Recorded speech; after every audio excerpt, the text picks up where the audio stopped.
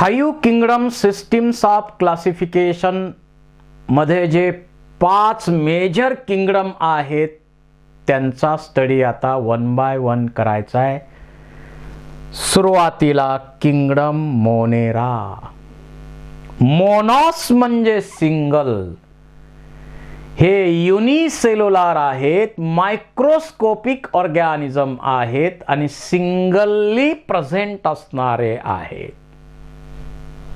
सिंगल्ली present असणारे आहेत. These are most abundant microorganisms on earth. या अर्थ वरती सर्वात मोठ्या प्रमाणावर आढळणारे मायक्रो ऑर्गॅनिझम कोणते, तर ते आहेत मोनेरा म्हणजे सर्व टाईपच्या bacteria. Monera most abundant micro organisms. Even आपली सॉइल जर विचारात घेतली, soil is a rich flora of useful and harmful micro organisms. मोठ्या प्रमाणावरती त्या ठिकाणी मायक्रो ऑर्गॅनिझम असतात सॉइल मध्ये सुद्धा. आणि हे आपल्याकडं कॉमन कंडिशन मध्ये तर सापडतातच, परंतु एक्स्ट्रीम कंडिशन जिथं असते, जसं हॉट स्प्रिंग, व्होल्कॅनिक्स म्हणजे जिथं ज्वालामुखी आहे, त्याही ठिकाणी आपल्याला थर्मस ॲक्वॅटिकस सारख्या बॅक्टेरिया सापडतात. डेझर्ट मध्ये सापडतात, स्नो बर्फामध्ये सापडतात, डीप ओशियन मध्ये सुद्धा आपल्याला बॅक्टेरिया सापडतात.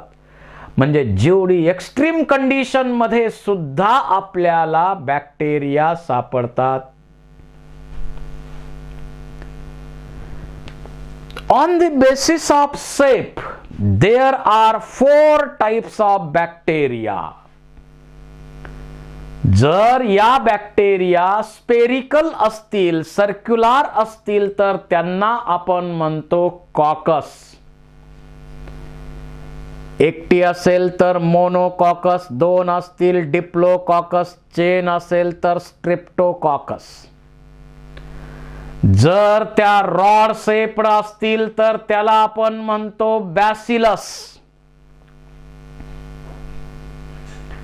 जर त्या कॉमा शेप्ड असतील तर त्याला आपण म्हणतो कॉमा म्हणजे फुल स्टॉप कॉमा आपण म्हणतो तसं. कॉमा शेप्ड असतील तर त्याला आपण म्हणतो व्हिब्रिओ. आणि स्प्रिंग लाईक असतील तर त्याला आपण म्हणतो स्पायरिलाय. असे अनेक शेप या बॅक्टेरियाचे पाहायला मिळतात. इथं तुम्हाला वेगवेगळे शेप आणखी पाहायला मिळतील.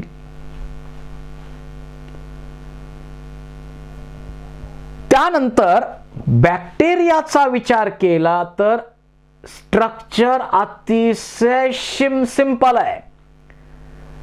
So structure of bacterial cell is very simple, but their behavioral pattern, physiological activities are very diverse.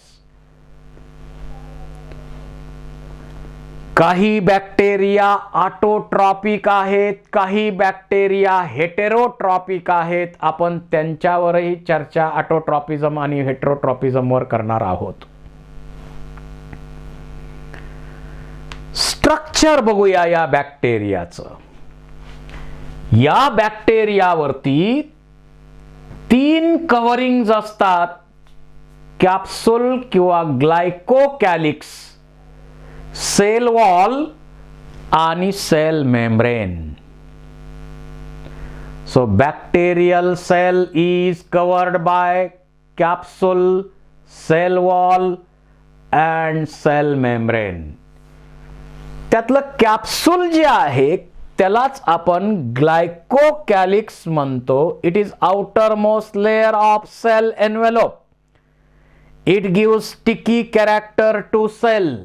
ती सेल, बॅक्टेरियल सेल कुठंतरी चिकटून राहिली पाहिजे त्याच्यासाठी याची मदत होते. It is composed of non cellulosic polysaccharides. Sometimes also contain proteins. Cellulose नसतं, नॉन सेल्युलोज पॉलिसॅकराइड या ठिकाणी आहेत. त्याच्यानंतर सेकंड पार्ट आहे सेल वॉल. आपल्याला माहिती आहे ॲनिमल किंगडम मध्ये सेल वॉल नाही आणि प्रोटिस्टामध्ये ॲनिमल लाईक प्रोटिस्टामध्ये नसणार. बाकी सर्व ग्रुपमध्ये आपल्याला सेल वॉल कोणत्या ना कोणत्या फॉर्ममध्ये आहेच. So presence of cell wall is a characteristic feature of bacterial cell आणि त्याच्यामुळं रिजिडिटी मिळते. या ग्लायकोकॅलिक्स किंवा कॅप्सूलच्या आत आहे सेल वॉल. त्याच्या आत आहे सेल वॉल आणि सेल वॉल कशाने बनला? पेप्टाइडोग्लायकॉन. आणि आर्ची बॅक्टेरिया असतील तर सुडो पेप्टाइडोग्लायकॉन सेल वॉल बनलेला आहे. Chemically it is made up of peptidoglycans और मोरॅमिक ऍसिड और मोरिन and pseudopeptidoglycan in archibacteria. आता हे जे पेप्टाइडोग्लायकॉन असतं ते कशानं बनलेलं आहे? पॉलिसॅकराइड्स N ॲसिटिल ग्लुकोसमाइन आणि N ॲसिटिल मोरॅमिक ऍसिड. इथं N ॲसिटिल ग्लुकोसमाइन आणि N ॲसिटिल मोरॅमिक ऍसिडनं पेप्टाइडोग्लायकॉन बनलेलं असतं. पेप्टाइडोग्लायकॉन बनलेलं आहे. आता याच्यामध्ये सेल वॉल जो आहे तो ग्राम पॉझिटिव्ह बॅक्टेरिया आणि ग्राम निगेटिव्ह बॅक्टेरिया मध्ये कसा आहे? Cell wall of gram positive bacteria is single layered, smooth, amorphous, homogeneous and thicker, while cell wall of gram negative bacteria is double layered. Question may ask, outer and inner layer. It is more complex, consists of peptidoglycan, phospholipids, lipopolysaccharides. असे वेगवेगळ्या प्रकारचे compounds या sale wall मध्ये असतात. इथं जर पाहिलं तर या फोटोग्राफ मध्ये ग्राम पॉझिटिव्ह, ग्राम नावाच्या सायंटिस्टनं एक स्टेन बनवला. ज्या सेलना तो स्टेन ज्यानं कलर येतो त्या ग्राम पॉझिटिव्ह आणि ज्यांना कलर येत नाही त्या ग्राम निगेटिव्ह. तर इथं तुम्हाला ग्राम निगेटिव्ह बॅक्टेरिया आणि ग्राम पॉझिटिव्ह बॅक्टेरिया दिसतात. हा ग्राम पॉझिटिव्ह बॅक्टेरियाचा सेल वॉल जो आहे तो थिक आहे परंतु सिंगल लेयर्ड आहे आणि ग्राम निगेटिव्ह मात्र डबल लेयर आपल्याला दिसतो. लायपोप्रोटीन्स या ठिकाणी आपल्याला दिसतात. काय डिफरन्स आहेत या ग्राम पॉझिटिव्ह आणि ग्राम निगेटिव्ह मध्ये? ग्राम पॉझिटिव्ह बॅक्टेरिया मध्ये सिंगल लेयर्ड आहे आणि इकडं 2 लेयर्ड आहेत. आउटर जो लेयर आहे तो लायपो पॉलिसॅकराइडनं बनलेला आहे, इनर पेप्टाइडोग्लायकॉननं बनलेला आहे. इकडं ग्राम पॉझिटिव्ह मध्ये मोरिन किंवा म्युकोपेप्टाइड याचं पर्सेंटेज 70 to 80% आहे आणि इकडं 10 to 20% आहे. ग्राम पॉझिटिव्हचा डायमीटर आहे 15 ते 20 nm. इकडं आहे कमी म्हणजेच 8 ते 12 nm. लिपिड कंटेंट 2 to 4% आहे. इकडं ग्राम निगेटिव्ह मध्ये लायपोपॉलिसॅकराइड असल्यामुळं 20 to 30% लिपिडचा कंटेंट आपल्याला पाहायला मिळेल. ग्राम पॉझिटिव्ह बॅक्टेरियामध्ये टिकॉइक ऍसिड्स असतात सेल वॉलमध्ये. क्वेश्चन विचारला जाऊ शकतो, लक्षात ठेवा. इकडं ग्राम निगेटिव्ह मध्ये टिकॉइक ऍसिड नसतं. Basal body of flagellum contains 2 rings of swelling. इकडं 4 रिंग्स ऑफ स्वेलिंग हा डिफरन्स आहे. पोरिन प्रोटीन्स जे आहेत ते नसतात. इकडं पोरिन प्रोटीन्स आउटर लेयर मध्ये असतात. These are more susceptible to antibiotics. अँटीबायोटिकला लवकर ससेप्टिबल होतात या. These are more resistance to antibiotics. Diaminopimelic acid जे आहे ते नसतं आणि ते DAP इकडं असतं. Capsule is mostly absent. Capsule is usually present. Mesosome common आहे, mesosome less common आहे. हे एक्झोटॉक्सिन बनवतात आणि ते एंडोटॉक्सिन बनवतात.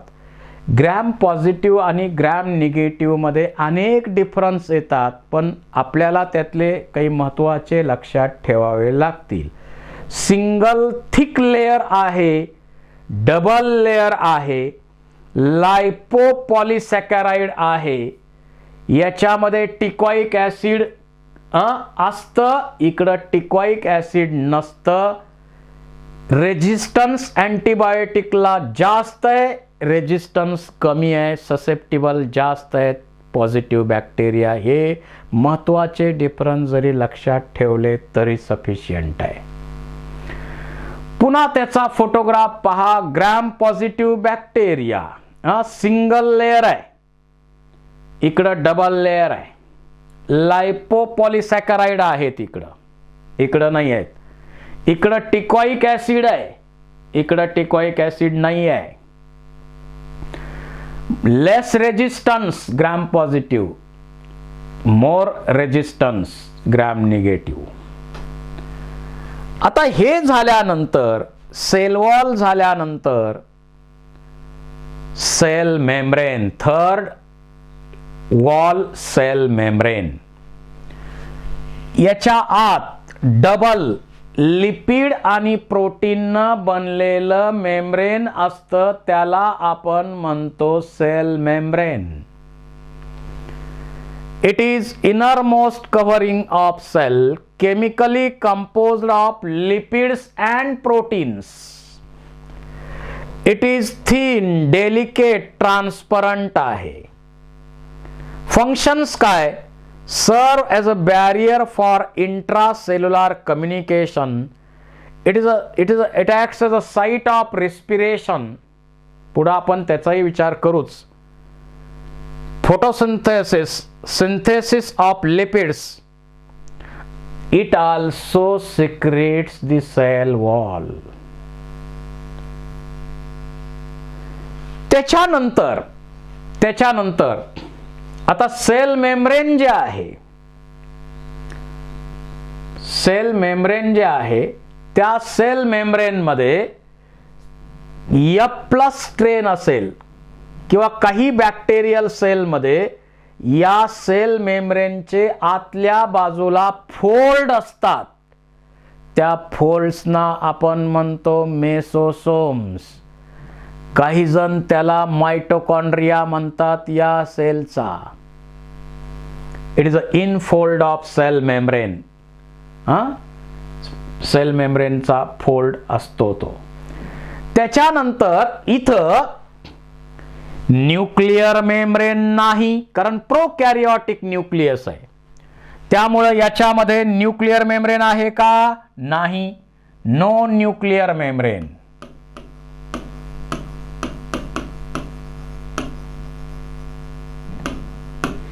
No nucleoplasm.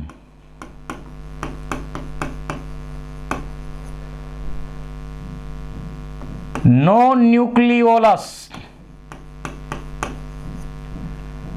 आणि इथं एकच डबल स्ट्रँडेड DNA मॉलिक्यूल असतो सायटोप्लाझम मध्ये.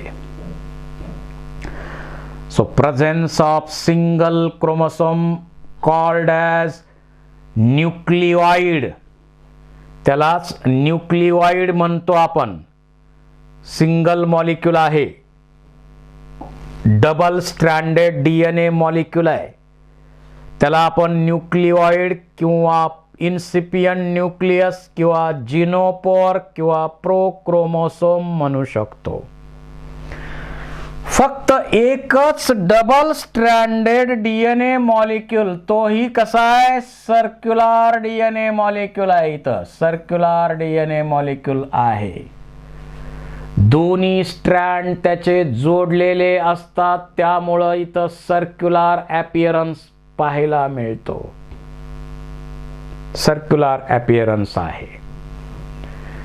This circular DNA is present, single chromosome is present in the form of circular double stranded DNA molecule. एकच क्रोमोसोम आहे बॅक्टेरियामध्ये. This DNA is not associated with histone proteins. काही पॉलीअमाइन्स RNA connector असतात, पण histone proteins या ठिकाणी नाहीत. It is not associated with histone proteins. तर GC content, G triple bond C base पेअरचा कंटेंट यामध्ये जास्त आहे. जसा हा क्रोमोसोम असतो तसा काही बॅक्टेरियामध्ये आणखी एक एक्स्ट्रा क्रोमोसोम असतो, त्याला आपण काय म्हणतो, plasmid. Extra chromosomal DNA present in some bacterial cells called as plasmid. स्वतंत्र असेल तर त्याला प्लाझ्मिड म्हणतो. जर तो बॅक्टेरियल क्रोमोसोम मध्ये इंटिग्रेट केला तर इपिसोम असं सुद्धा त्याचं नाव आहे. त्याला सेक्स फॅक्टर, फर्टिलिटी फॅक्टर असंही त्याला नाव आहे. याच्याकडं कुठलीही महत्वाची जेनेटिक इन्फॉर्मेशन नसते, पण अँटीबायोटिक प्रोडक्शन, अँटीबायोटिक रेजिस्टंट किंवा फर्टिलिटी फॅक्टरची इन्फॉर्मेशन याच्याकडं असते. त्यानंतर या सेलचा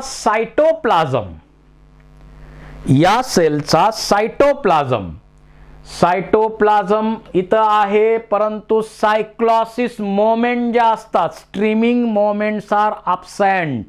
नो सायक्लॉसिस, कारण युकॅरियोटिक मध्ये सायक्लॉसिस ही मोमेंट असते, इथं नाही आहे. या सायटोप्लाझम मध्ये membrane bounded cell organelles are also absent. कुठलाही मेम्ब्रेननं कव्हर केलेला सेल ऑर्गॅनेल या ठिकाणी नसतो. म्हणजे इथं एंडोप्लाझ्मिक रेटिक्युलम किंवा गॉल्गी ॲपॅरेटस, लायसोसोम्स वगैरे काही नसतात. मेम्ब्रेन नसलेला एकच सेल ऑर्गॅनेल या ठिकाणी, तो पण मेम्ब्रेन नसलेला आहे, रायबोसोम, आणि तो आहे 70S टाईपचा. एकच सेल ऑर्गॅनेल, तोही मेम्ब्रेननं बाउंड न केलेला. 70S ribosomes are present. Protein synthesis साठी ही मशिनरी, फॅक्टरी म्हणून काम करतो हा ऑर्गॅनेल. तर सायटोप्लाझमचं नेचर अशा प्रकारे आहे. काही बॅक्टेरिया मोटाईल आहेत, त्यासाठी त्यांच्याकडं फ्लॅजेला असतो. असं आहे हे फ्लॅजेलाचं structure.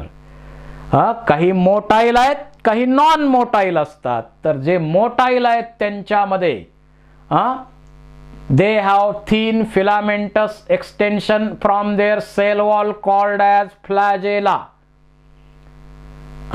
There bacteria show a range in the number of arrangement of flagella. आणि ते फ्लॅजेला कशानं बनलेला आहे? फ्लॅजेलिन प्रोटीननं बनलेला आहे. हे फिलामेंट आहे, हुक आहे, आणि इथं कसे आहेत हे बघा. इथं रॉड आहे, वेगवेगळे रिंग्स आहेत. स्ट्रक्चर अतिशय कॉम्प्लिकेटेड आहे, परंतु आपल्याला त्याच्याविषयी जास्त माहिती घ्यायची गरज नाही. प्लाझ्मिड बद्दल आपण चर्चा केलेलीच आहे. या बॅक्टेरियल क्रोमोसोम शिवाय एक्स्ट्रा क्रोमोसोम जो इथं असतो, छोटा असतो, त्याच्याकडे कुठलीच इन्फॉर्मेशन महत्त्वाची नसते. It is not essential for survival of bacterial cell. काही सेलमध्ये असा असतो तो प्लाझ्मिड. जर तो मेन क्रोमोसोम मध्ये इंटिग्रेट झाला तर त्याला आपण इपिसोम असंही म्हणतो. मोड ऑफ न्यूट्रिशन.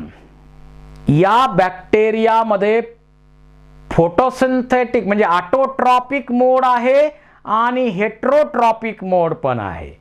आता ऑटोट्रॉपिक आणि हेट्रोट्रॉपिक दोन्ही मोड बद्दल आपल्याला सविस्तर चर्चा करायची आहेच. सविस्तर चर्चा आपल्याला करायचीच आहे. त्यानंतर reproduction. Bacteria reproduces asexually by binary fission or budding. पण काही बॅक्टेरियामध्ये अनफेवरेबल कंडिशन मध्ये स्पोर तयार होतात, रेजिस्टंट स्पोर तयार होतात. रेजिस्टंट स्पोर तयार होतात. तसा विचार केला तर यांच्यामध्ये ट्रू सेक्शुअल रिप्रोडक्शन नाही आहे. मेल आणि फिमेल असं नाहीच आहे. सेक्शुअल रिप्रोडक्शन पण ट्रू नाही आहे, पण पॅरासेक्शुअलिटी मात्र जरूर आहे. आणि अशा मेथड्स ज्या आहेत त्यामध्ये ट्रान्सफॉर्मेशन, कॉन्जुगेशन आणि ट्रान्सडक्शन सारख्या पॅरासेक्शुअलिटीच्या मेथड्स बॅक्टेरियामध्ये आहेत. Sexual reproduction absent. Sterols and precursors of sex hormones have been reported काही बॅक्टेरियामध्ये. However, some bacteria show genetic recombination. आणि ते रिकॉम्बिनेशन ट्रान्सफॉर्मेशन, कॉन्जुगेशन आणि ट्रान्सडक्शन या मेथडनं होतं. ट्रान्सफॉर्मेशन म्हणजे बॅक्टेरिया काय करतात? डीएनएचे तुकडे बाहेर सोडत असतात. एक्स्ट्रा सेल्युलर डीएनएचा तुकडा, दुसऱ्या बॅक्टेरियाच्या डीएनएचा तुकडा एखाद्या सेलमध्ये बॅक्टेरियल सेल पिक करतात. एन्व्हायरमेंट मधून त्या पिक करतात आणि त्यांच्या क्रोमोसोम मध्ये इंटिग्रेट करतात. अशा प्रकारे एका बॅक्टेरियानी एन्व्हायरमेंट मध्ये रिलीज केलेला डीएनएचा तुकडा दुसऱ्या बॅक्टेरियामध्ये पिक केला जातो आणि इंटिग्रेट होतो आणि रिकॉम्बिनेशन होतं. याला आपण म्हणतो transformation. So transfer of extra cellular DNA fragment, that is the transformation. एका बॅक्टेरियाकडनं दुसऱ्या बॅक्टेरियाकडं ट्रान्सफर होतं.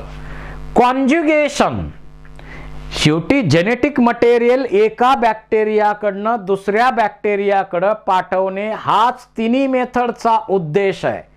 परंतु इथं दोन बॅक्टेरिया एकमेकाच्या कॉन्टॅक्टमध्ये येतात, त्यांच्यामध्ये एक कॉन्जुगेशन ट्यूब तयार होते आणि मग त्याच्यातलं जेनेटिक मटेरियल दुसऱ्या बॅक्टेरियाकडं डोनारकडून रेसिपियंट सेलकडं पाठवलं जातं. त्याला आपण म्हणतो conjugation. So transfer of genetic material from one bacterium to another bacterium, that is from donor to recipient by conjugation tube, it is called as conjugation. and म्हणजे F प्लस कडनं F minus कडं. आणि third type जो आहे त्यामध्ये ट्रान्सडक्शन. एका बॅक्टेरियाचं genetic material दुसऱ्या बॅक्टेरियाकडं bacterial virus, बॅक्टेरियोफेजेस यांच्या मार्फत पाठवणे त्याला आपण म्हणतो ट्रान्सडक्शन. व्हायरस बॅक्टेरियाच्या कॉन्टॅक्टमध्ये येणार, अटॅचमेंट करणार, आपलं जेनेटिक मटेरियल इन्सर्ट करणार.